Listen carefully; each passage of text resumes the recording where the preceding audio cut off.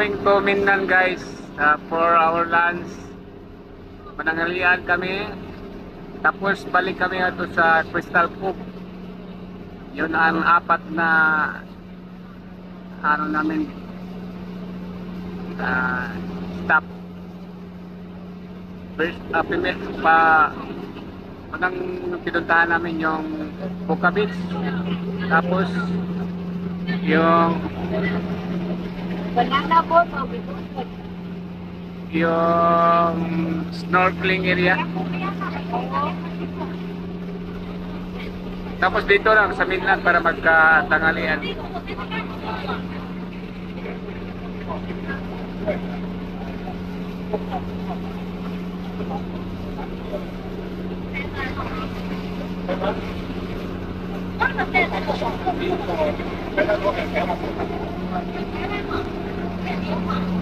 Yan ay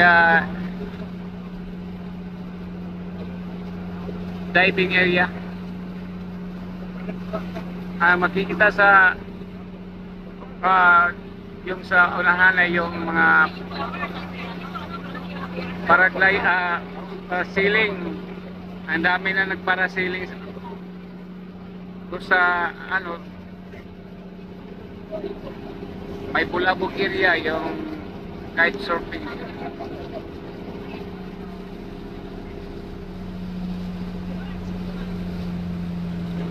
Ayun lang, parang bananapot na para ka nakaupo, para na nasa sofa. Sofa chair.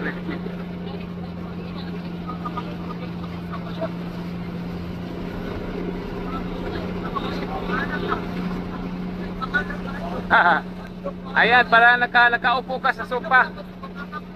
Yan. Delikado yan, malaglag ka. Yung may speedboat sila, maraming mga speedboat sa mga malalaking resort dito. Ayun, nakadaong na sila dyan. Gusto magdadive ka dyan, pwede. Kami papunta, dadaw kami sa Dalampasigan para mananghalian.